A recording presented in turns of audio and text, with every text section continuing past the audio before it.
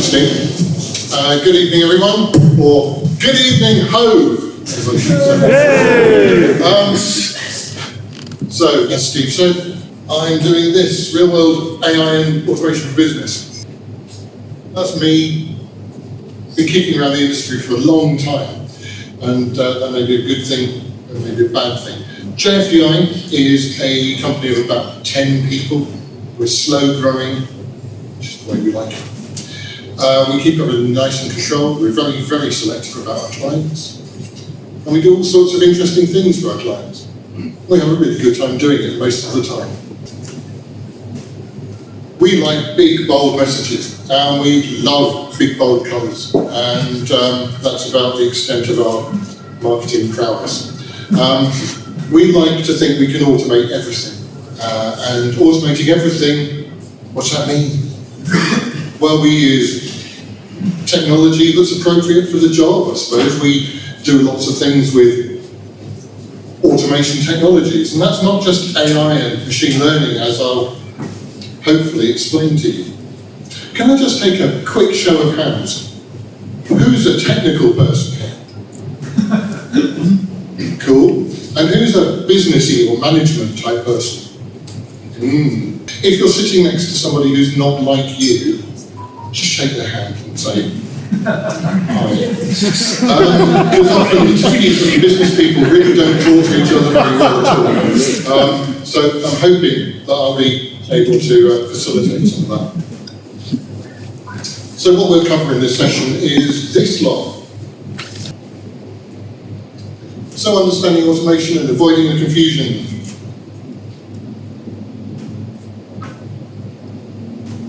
Here's our automation buzzwords in a form of a hedgehog for no reason other than I like hedgehogs.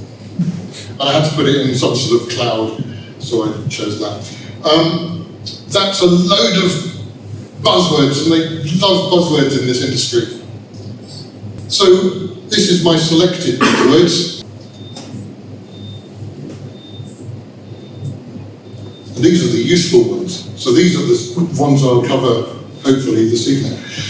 The one I won't cover is Internet of Things, because by the time you're connecting software to the physical world, that requires an entire evening of its own. So I'm not even going to touch on that one, but it's something we do. So, human versus machine, what are they good for?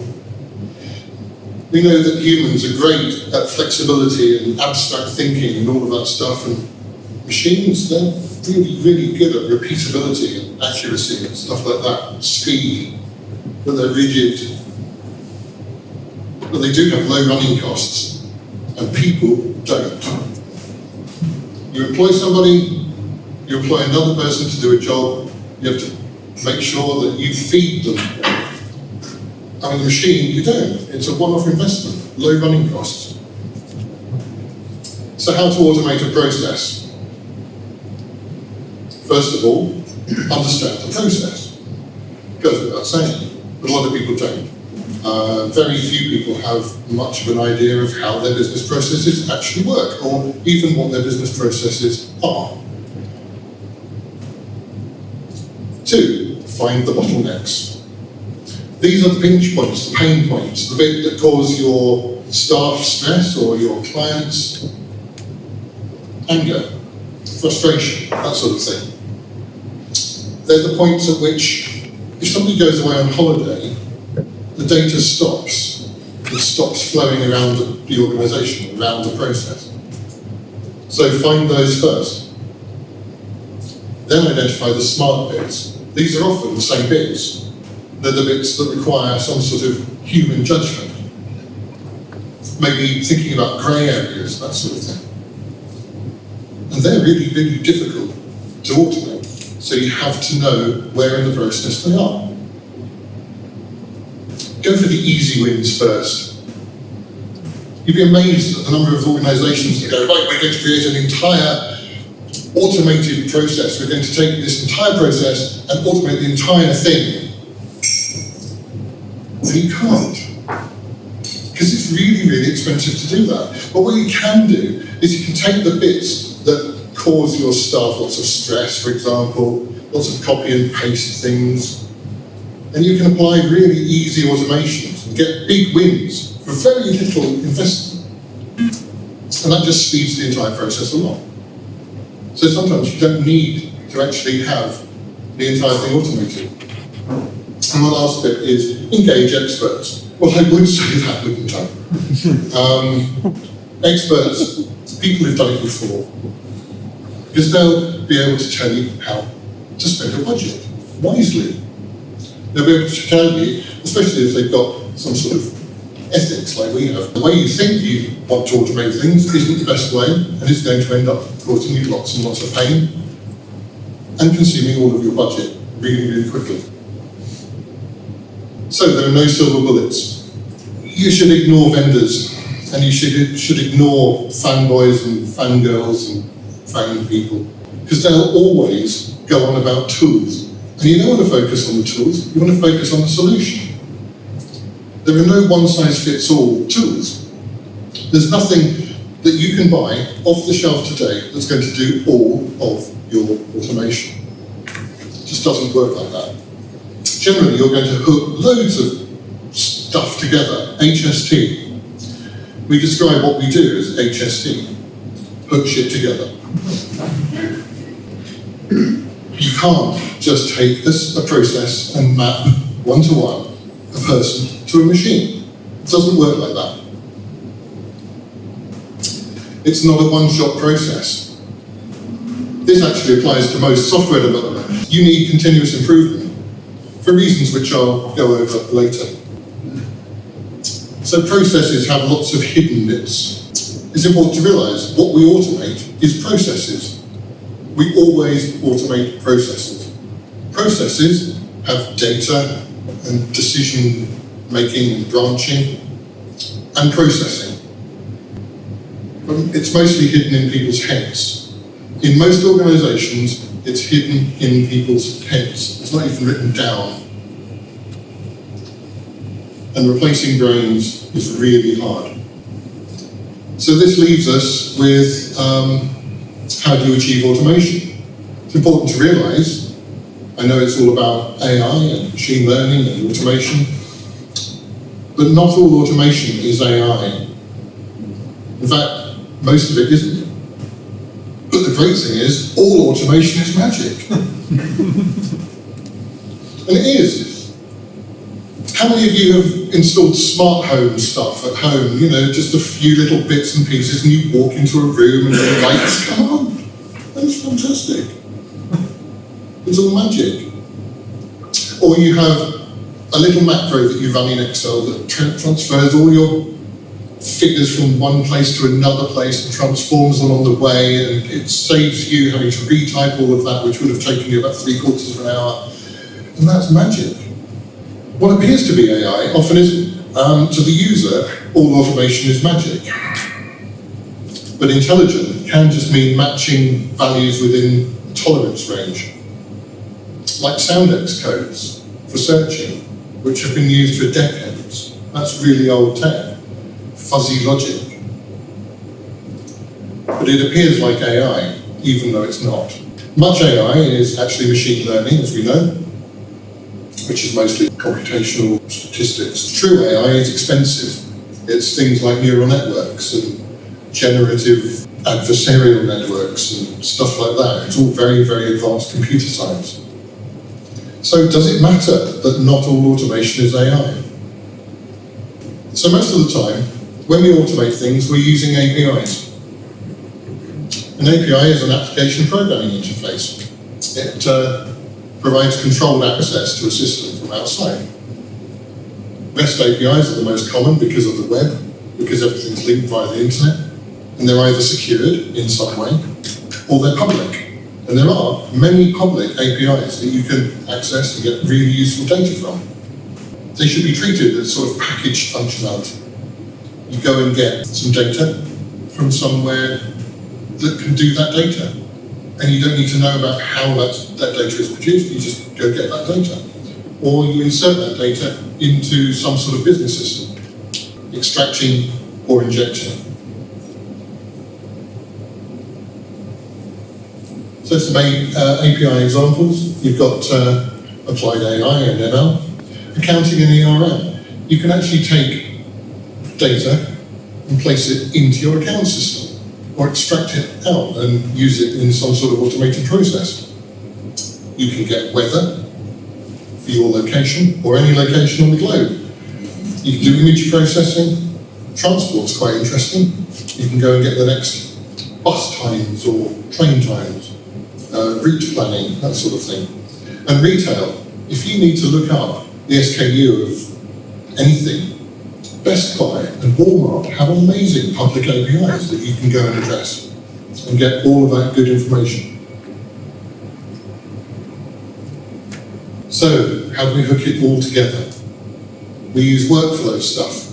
Workflow software basically allows us to work with APIs, automate data retrieval and entry, move data, get human input or approval, escalate it when nothing happens because somebody can't be bothered, or somebody went on holiday, or somebody had a bad lunchtime under a bus. And you can employ low-code or no-code rules processing. So any non-technical user can update the rules. Quite cool and useful. So there's some workflow tools here. At the top, I've naturally put our JFDI Bob product. It's a platform that specializes in time series data or real-time data. It allows you to process that stream and do something with it. I'll give you some examples of what we do later. Things like Microsoft Power Automate. And at the bottom here, we've got PowerShell. It's a scripting language, basically, but it allows you to do amazing automations, and we do. So then that brings me to Robotic Process Automation. So this is substituting for people. What it does is it automates user actions, because robots don't need to be hardware. Very useful when no APIs exist. So when you're using legacy software, which, let's face it, is most of the software in operation in the world today, you don't have APIs. You don't have web interfaces. All you have is some sort of console that logs into a system, and you've got to type away or do mouse clicks in order to do the thing that you do. Well, with Robotic Process Automation, you can automate all of that. You can do intelligent OCR, so that you can scrape data from screens and web pages and paper documents, and you can do a sort of macro recording thing where you get your user to sit down and do the thing that they do in their everyday life, and you record that. You can't just play that back verbatim, you've actually got to put in some, what happens if, I don't know, the login doesn't work, the back-end server's down or something, but essentially you can actually get the majority of that captured into a script. Some examples of RPA tools. You've got all of that good stuff, including the latest thing, which is Microsoft Power Automate UI flows, which are really cool, and some of the older stuff, UiPath. One of the oldest ones there is Win Automation. It's been around for 20 years, I think. And at the bottom we've got custom code, because of course we can write custom code to do all of this stuff. Sometimes that's appropriate, other times not so much. So, onto some AI stuff, how to make a machine learn. First of all, collect a data set. Remember, data is not just the data that you're trying to model, but it's also the data that gives that data context. It's stuff that happens at the same time as that data. Stuff that may actually allow you to spot patterns in that data and what may affect the patterns in that data. So, contextual data in the data set. Then select an algorithm, so you've got regression and all of those other ones. Build the model. Split the data, really important. You need to split the data so you can actually test the data, or test the model against the data. There's no use programming a model using all of your data and then having nothing to test it with. Because if you test it with the data you built it with, of course it's going to work. So then you test, improve, and iterate. And the best way of testing is we forecast using historical data. So we can do weather modelling like this. We can actually build a weather forecasting model and then feed it historical weather data and get it to forecast what the weather was going to be 2 days hence, or 5 days hence, or 10 days hence, to test how good your forecasting model is. And then execute. And that's really the bit that most people miss out. You ingest data and you process it and against the model, and then you take actions based on what the model sees. So it matches classes, it classifies stuff, or it picks out exceptions and does exception reporting, or alarms, or alerts, or whatever you want it to do. So you're generally using AI or machine learning as some sort of decision support for a workflow system or an RPA system. So some machine learning examples, things like interpreting sensor data patterns, recognizing faces, all of these. And we've done a few of these. One of the most interesting ones is predicting machine failure and scheduling machine maintenance, which is something that Eric touched on earlier. It's one of the best uses of machine learning. And when you've got a machine that generates loads of data every day, and the data generally goes nowhere except into some sort of data recorder, it's actually nice to kind of use that data and make sure that you're going to predict breakdowns. Breakdowns are really expensive, much better to actually predict them and do some scheduled machine maintenance.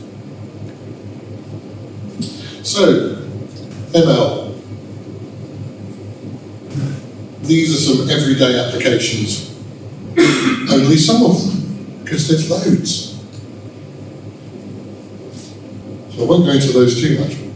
What I will do is do this. Danger! Because autonomous systems can be really, really dangerous. When a machine is doing things really, really fast and autonomously, things can go wrong really, really fast and have a huge cascade effect really quickly and cause lots and lots of damage. So the kind of thing that can go wrong are things like misidentification or misclassification of a situation or a pattern. So audit trails are absolutely essential. And the best action is often referred to human, but not always, as we'll see. So when algorithms go bad, this is a slide I inserted last night because I was just gathering some images for this presentation. And I did this. I went to Adobe Stock and I searched for the word exasperated. And what I got back was this. Can anyone see what's happened here? Can anyone reverse engineer the algorithm that they've used? Because this is what I think happened. They took the search term, they looked up the synonyms, and they searched for sound alikes. So, exasperated, incensed. I give you lots and lots of justice. And it was just such a gift horse, I just had to put in an extra slide. It was just lovely. But then sometimes things go rather more badly wrong. This Uber autonomous car, or one very like it, hit and killed a woman at Lane Hertzberg in March 2018. And that was her bike. And for anyone of a sensitive nature, look away, because this was a case of human operator failure as well as technology failure. The technology, the LiDAR on top of the car, didn't see her crossing the road, and therefore the systems that were meant to automatically brake didn't automatically brake. But there was a human operator on board. That's her on the left, and that on the right is Elaine Hertzberg. The operator, who was meant to be guiding this unproven piece of deadly tech through the streets, was actually streaming the voice to her phone when the accident occurred. The lady herself failed to see the car hurtling towards her, crossing a very, very busy road, very wide road. So double human failure, unfortunately, led to a death. Luckily, most aren't that bad. So this is another danger. Change management is chaotic by nature. What do I mean by that? It's not unique to AI projects. This is all software projects, all change management projects, everything, everywhere. Change breeds change. You can't predict what those changes are going to be. And by the second generation of changes, of consequential changes, all your guesses are going to be wrong. Every single one. So you build software to fit a process, and that then changes the process. You've got to come around and reanalyze it at some point soon, because otherwise the process is going to diverge from the original process that the software was written for. And this affects AI projects and machine learning projects as much as any other project. Unmaintained software. Deployed software is at best one of these, a time capsule. If it's not maintained, it stays static and the rest of the world moves on. There can be lots of updates to the libraries that went into writing that software, but they're not applied to that software. All of those security fixes and bug fixes and in your massive dependency tree, and anyone who's a programmer will know about these massive dependency trees, you use somebody's software, and that then uses somebody else's software, and that then uses somebody else's software, and all of that is compiled into your deployed code. It's never going to change. And this is going to cause an enormous problem at the moment, because it's turned into one of these for a whole load of people. There's a library called Request. And it's a JavaScript library, and it's been used in lots of other JavaScript libraries. In fact, 4.4 million GitHub repositories use Request, and it's just been deprecated by the author, which means it's now in maintenance mode, it's not going to be updated by him, it's basically anyone's guess whether it's going to be well updated or not, and you should stop using it right now. Unfortunately, it's in loads of things you don't know about. And it's probably deep in many, many dependency trees, and the developers have no idea. It is a ticking time bomb. Updates can bring it all up to date. So it's really important to go and update all of that deployed software from time to time. But custom software, once deployed, is rarely updated. And where processes have changed, it's really important to reanalyze the process and actually rewrite the software. So here's the thing. This is another danger. Most companies, if you ask them this question, this will be their answer. They have absolutely no idea what software they use. They might have some records. Those records will likely be accounting records. They know what they've paid for, but they won't necessarily know what's deployed and what it's doing. So sometimes it's really good to actually have an audit, just to see what's used and what for, what it actually does for the company, how important it is, whether there might be a better way. So these are all dangers of automation. Isn't it interesting? One, how much it all cost? Because most businesses have no idea. If you want to do an automation project, let's put a direct comparison to employing another member of staff, for example. So automation versus employment. We know that UK full-time wages, minimum wage 15,000, average salary 35,000, according to the ONS. And that's year on year. But with software, a one-off investment of between 15 and 35,000 will actually get you software that will do more than one person's job year on year on year. Which is a really good investment. Very low running cost.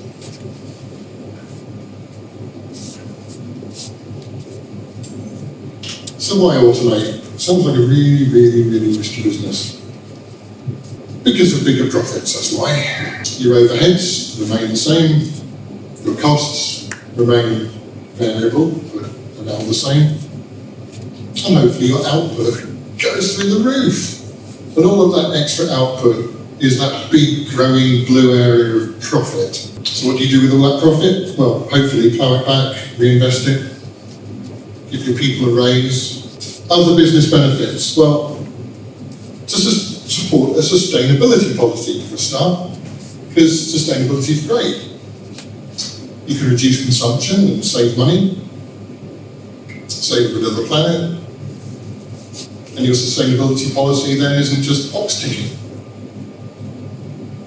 You can reduce staff burnout, because staff doing really tedious stuff and under pressure day in, day out, they're going to burn out. So make them managers of a process, not processors of data. Because people are really poor processors of data. And that really loops back to a thing that Steve said about employment and automation. It turns out that since I read the book, The Mighty Micro, I think by a chap called Christopher Evans, and I think it was written back in about 1978, a really old book now. And it said that so many jobs are going to be lost through this microprocessor revolution and all that stuff. It turns out that as time's gone on and automation has increased, so has employment. Overall employment has increased as a result of automation. And it's counterintuitive, but what it means is that we actually increase economic churn. We actually increase economic throughput by using automation. And that then supports a different breed of worker.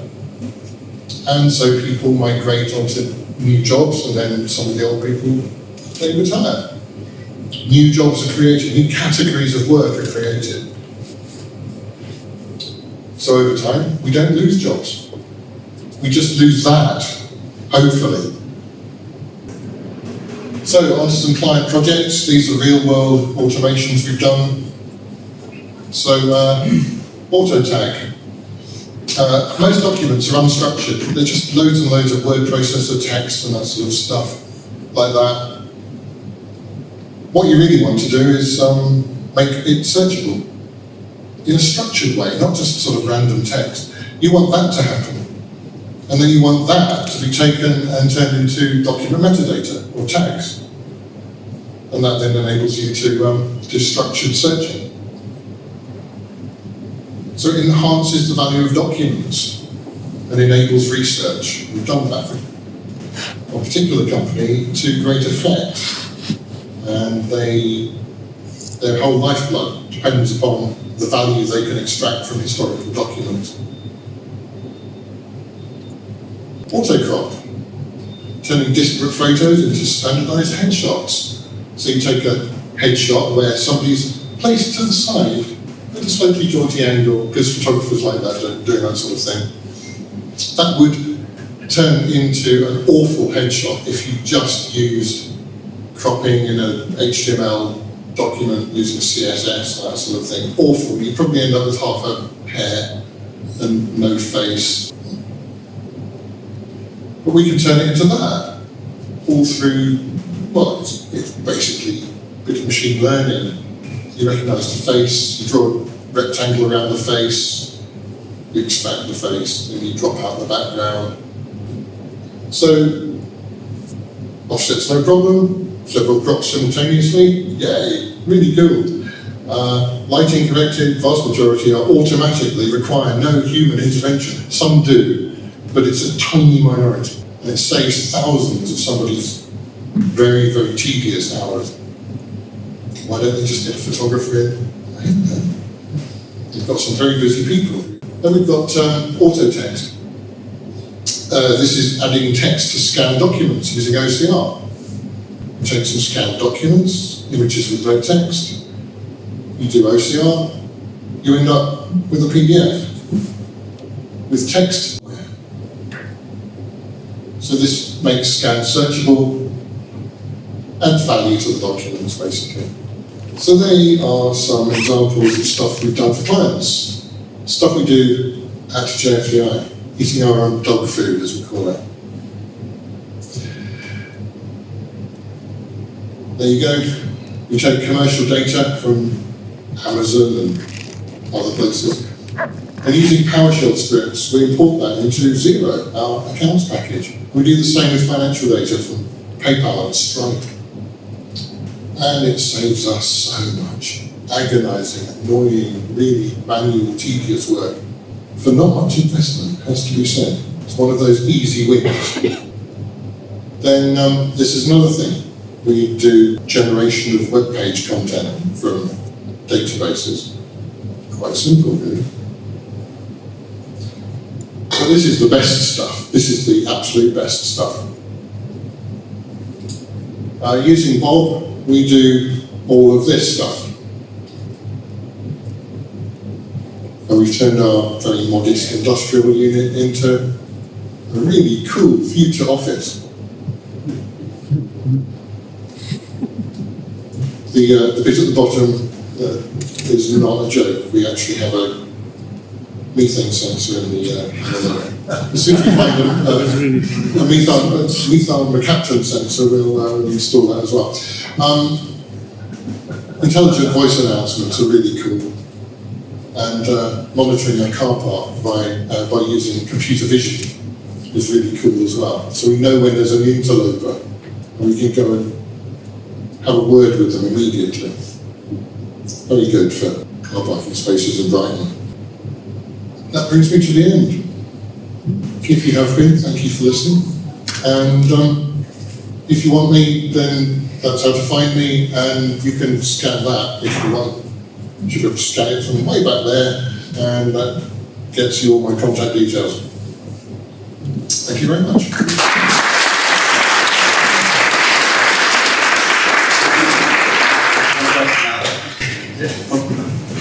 Yeah, that's right. Right, good.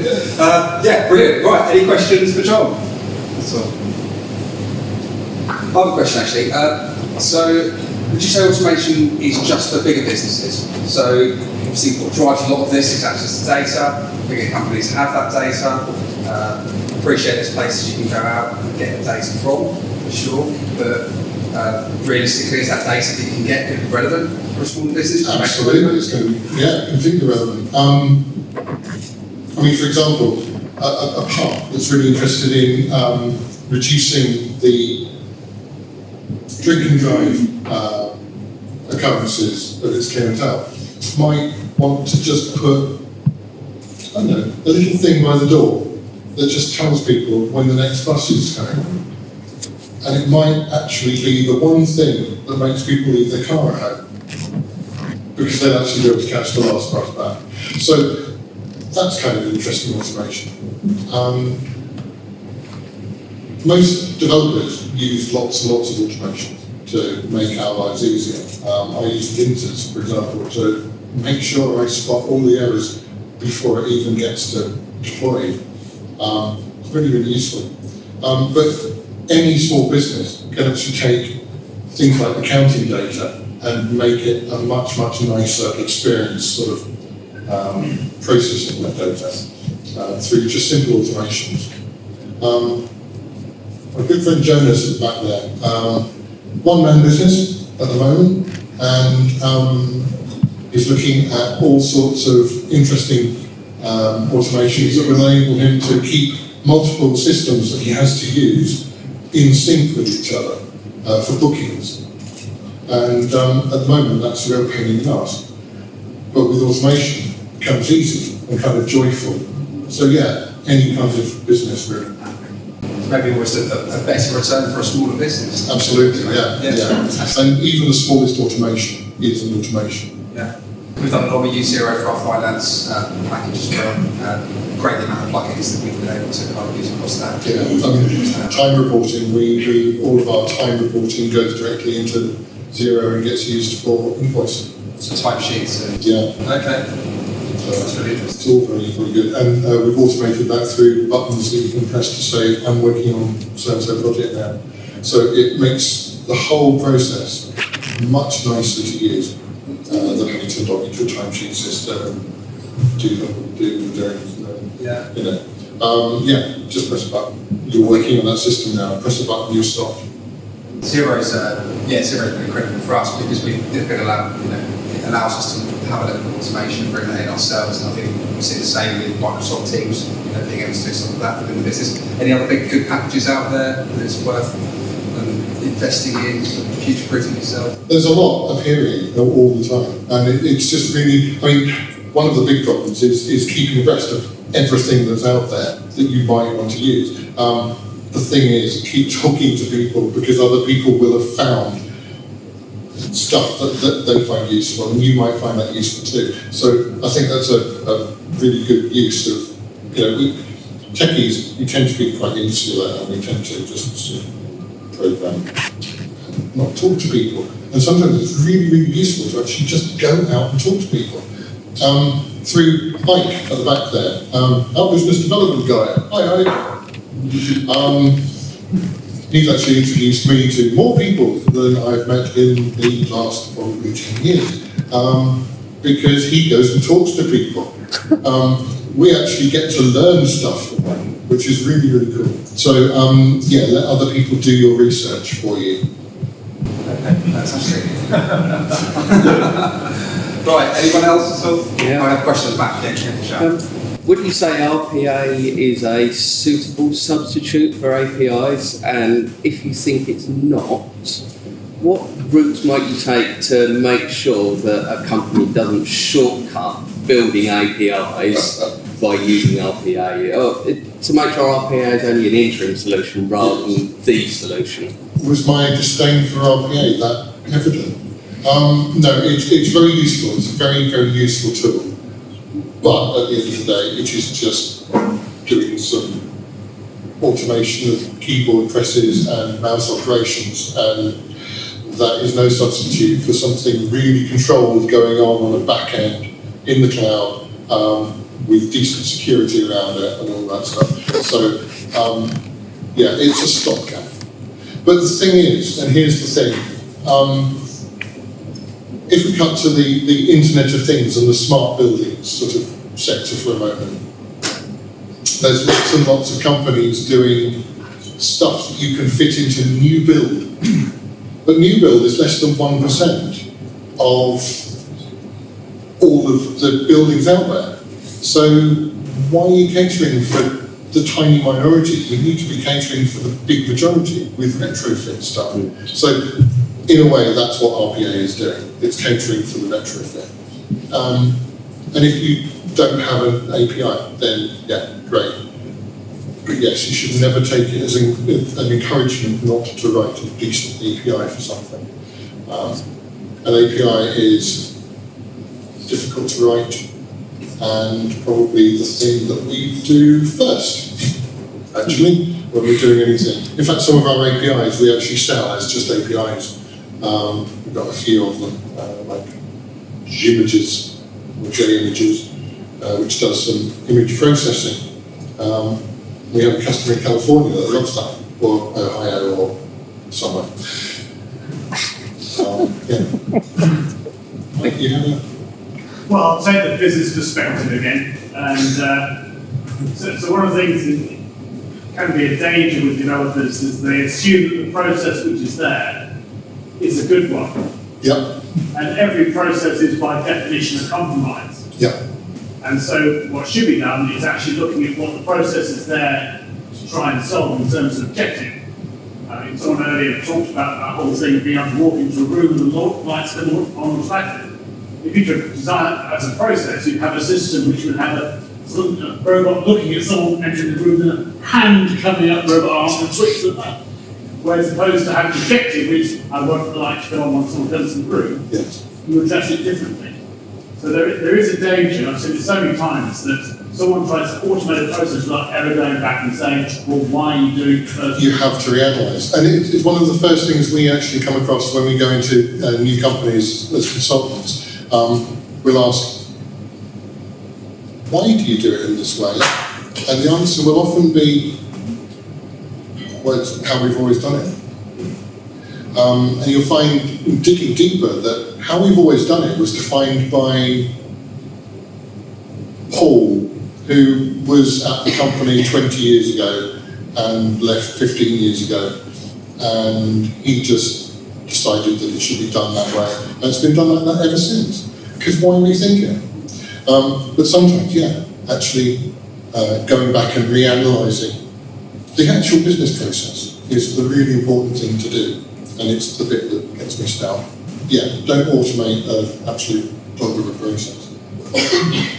Would you reassess a process before you start any automation? Absolutely, yeah. And the value it has to the business, and can it be done differently? Can it be cut out completely? Sometimes you can. Sometimes things can be just circumvented. The report that lands in somebody's mailbox every morning, does it get read? Do they do anything with it? Do we need that? So, it's really important to get to the bottom of why these things happen and the business benefit of each stage. Have you got any difficulty, sorry, some of the larger companies that it's always been that way, they don't want to change it? Yeah. And reassessing it means setting up workshops with all the sponsors, stakeholders, and they can't be asked to do that. It's expensive. Yeah. It's an expensive process, and some people just can't be bothered. We come across this all the time, make sure all the stakeholders are there. Well, where are the stakeholders? And actually engage there. Yeah, it's really difficult, but actually going and talking to them directly about, what this change that has been planned is all about, that's sometimes the best approach. But where do you begin?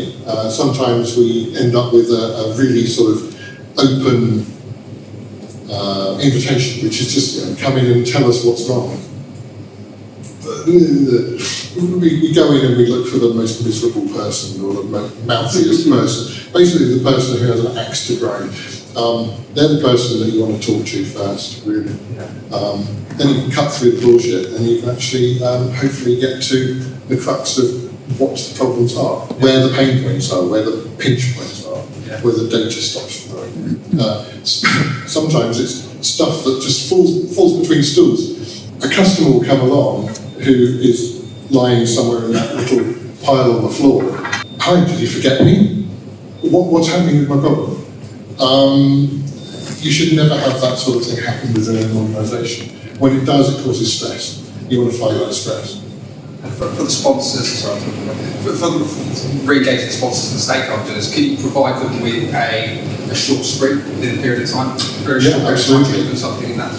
Work with us on a workshop for a day to find the truth of this process. Actually come out with an idea of some requirements that they can either act upon now or sometime in the future.